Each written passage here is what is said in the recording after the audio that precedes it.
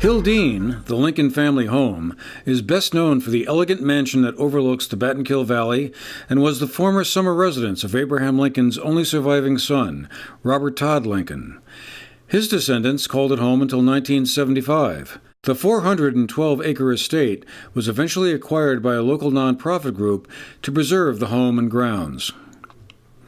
Down below the promontory where the main building and the visitor center sits is about 140 acres of valley land, which over the past few years has been gradually converted into a working farm, involving vegetables and farm animals. Burton Academy also has a program for students interested in agriculture and land conservation, and some of the food grown on the Dene farm, as it's known, makes its way to the school's cafeteria as well. Seth Bongartz, the executive director at Hildene, took us on a tour of the area recently to show what's been going on as the farm project has expanded from one greenhouse structure to something much beyond that.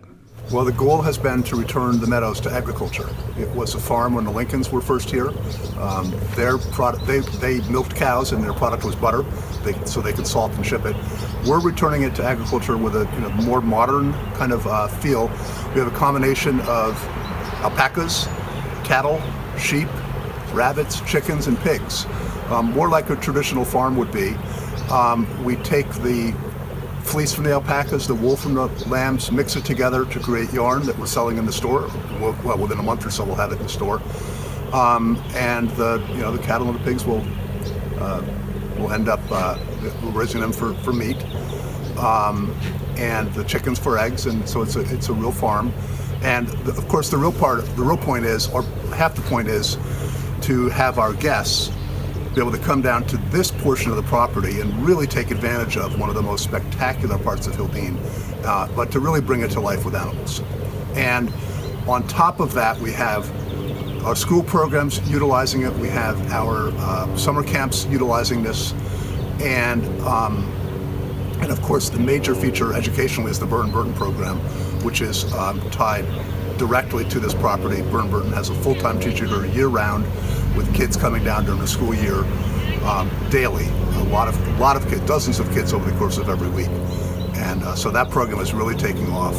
And the next thing that we're really focused on getting done here is to turn one of the 19th century barns into a 21st century classroom, and that work will begin this September.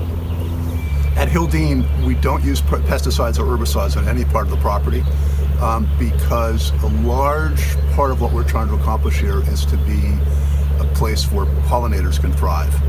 Bees and butterflies, moths, we all know that they're threatened, and we're trying to be a place where we actually not only do we not use pesticides and herbicides on our 412 acres, we in some places plant specifically for pollinators, and we do things like on parts of the property. We all think of, we've been trained, I think, to think of dandelions as the enemy in lawns. Well, they're actually great pollinator food.